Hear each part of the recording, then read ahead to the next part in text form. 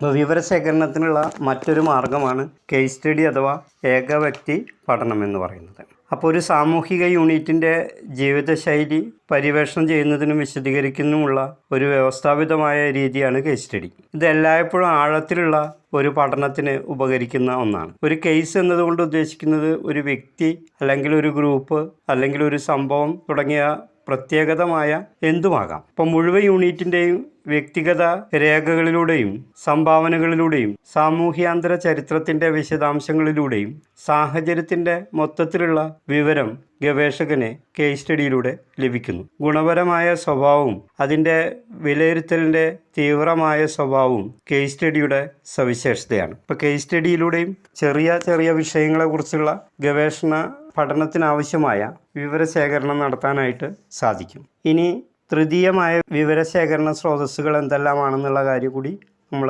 അറിഞ്ഞിരിക്കേണ്ടതുണ്ട്. ഇപ്പോൾ പ്രാഥമിക ദ്വിതീയ സ്രോതസ്സുകളുടെ ശേഖരണത്തെ അടിസ്ഥാനമാക്കിയുള്ളതാണ് തൃതീയ വിവര സ്രോതസ്സുകൾ എന്ന് പറയുന്നത്. ഇപ്പോൾ പാഠപുസ്തകങ്ങൾ ചില സന്ദർഭങ്ങളിൽ ദ്വിതീയ സ്രോതസ്സുകളും മറ്റ് ചില സന്ദർഭങ്ങളിൽ തൃതീയ സ്രോതസ്സുമാണ്. നിഘണ്ടുകൾ, സർവ്വവിജ്ഞാന കോശങ്ങൾ, മാനുവലുകൾ, ഡയറക്ടറികൾ, ഗൈഡ് ബുക്കുകൾ, ബിബ്ലിയോഗ്രാഫി തുടങ്ങിയവയൊക്കെ തൃതീയ സ്രോതസ്സുകൾക്ക് ഉദാഹരണമാണ്. അപ്പോൾ ദത്തങ്ങളുടെ വിവിധ സ്രോതസ്സുകൾ പ്രാഥമികം, ദ്വിതീയം, തൃതീയം എന്നിങ്ങനെയുള്ള സ്രോതസ്സുകളിൽ നിന്നാണ് നമ്മൾ വിവരങ്ങൾ ശേഖരിക്കുന്നത്. അപ്പം അതിൽ പ്രാഥമികം അഥവാ പ്രൈമറി ഡാറ്റ സോഴ്സസിൽ സർവേ, ഒബ്സർവേഷൻ, ഇൻ്റർവ്യൂ, ക്വസ്റ്റിനെയർ ഷെഡ്യൂളുകൾ തുടങ്ങിയ കാര്യങ്ങളെല്ലാം ഉൾപ്പെടുന്നു. സർവേ, നിരീക്ഷണം, അഭിമുഖം, ചോദ്യാവലി, ഷെഡ്യൂൾ തുടങ്ങിയവയെല്ലാം പ്രാഥമിക വിവരശേഖരണത്തിലുള്ള മാർഗങ്ങളാണ്. സെക്കൻഡറിയിൽ ഇത് പലപ്പോഴും രേഖകളുടെ രൂപത്തിലുള്ളവയാണ്. അവയിൽ തന്നെ ആത്മനിഷ്ഠവും വ്യക്തിപരവുമായവ ഉൾപ്പെടുന്നു.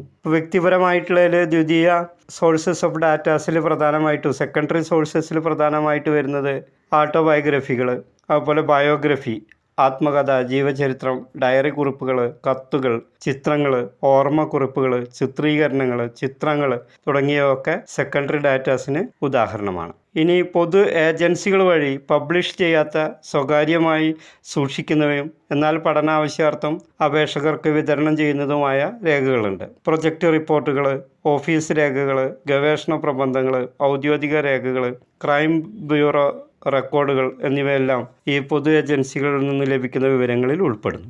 ഓപ്പൺ സോഴ്സായി ആർക്കും എപ്പോഴും ഉപയോഗിക്കാവുന്ന പ്രസിദ്ധീകരണങ്ങളാണ് രണ്ടാമത്തെ രേഖകൾ.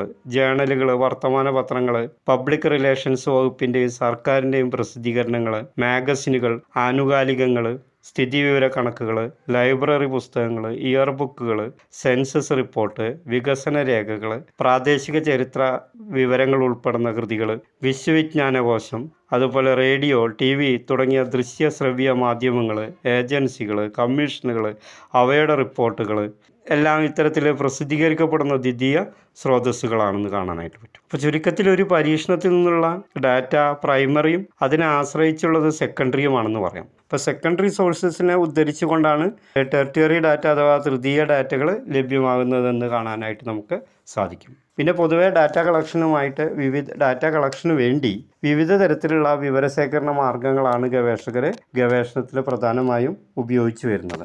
അപ്പോൾ അതിൽ ഒരു പ്രധാനപ്പെട്ട ടെക്നിക്കാണ് ഒബ്സർവേഷൻ അഥവാ നിരീക്ഷണം എന്ന് പറയുന്നത്.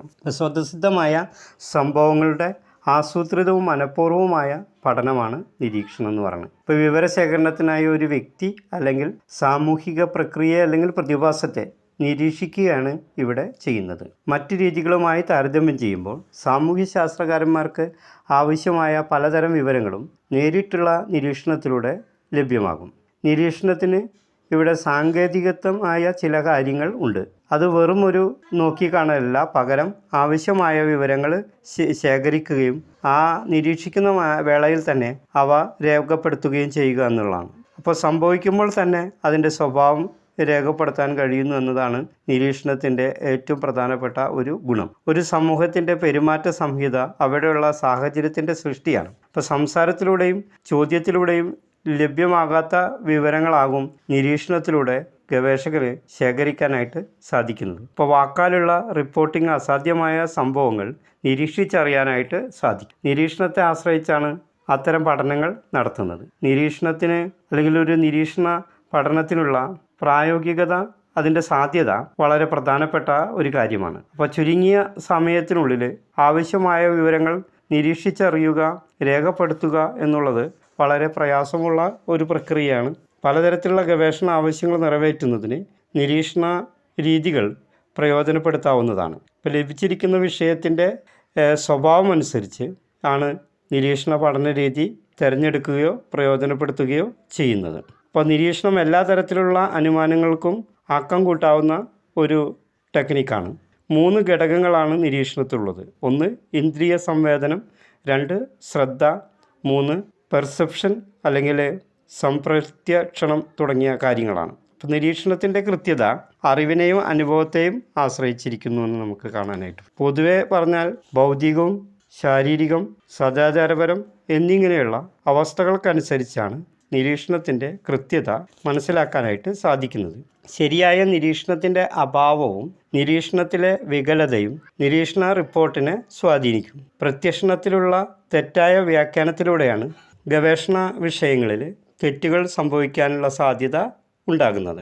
ഏതൊരു ഗവേഷണ രീതിയും സ്വീകരിക്കുന്നതിന് മുമ്പ് ഗവേഷണ വിഷയത്തിൻ്റെ സ്വഭാവം, അന്വേഷണത്തിൻ്റെ ഉദ്ദേശം, സാമ്പത്തികമായ ഘടകങ്ങൾ, ലഭ്യമാകുന്ന സമയം, പ്രതീക്ഷിക്കുന്ന കൃത്യതയുടെ തോത് എന്നിവ പരിഗണിക്കണം. ഇപ്പോൾ വിവരങ്ങൾ ശേഖരിക്കുന്നതിനും പഠിക്കുന്നതിനുമുള്ള ശാസ്ത്രീയമായ ഒരു പൊതുരീതിയാണ് നിരീക്ഷണം എന്ന് പറയുന്നത്. ഒരു സാഹചര്യത്തെയോ വ്യക്തിയെയോ അവരറിയാതെ നിരീക്ഷിക്കുകയാണ് ഇവിടെ ചെയ്യുന്നത്. ഒരു പരികൽപ്പന രൂപപ്പെടുത്തിയെടുക്കുന്നതിന് നിരീക്ഷണം ഗവേഷകനെ വളരെയേറെ സഹായിക്കുന്നു എന്ന് നമുക്ക് കാണാനായിട്ട് സാധിക്കും.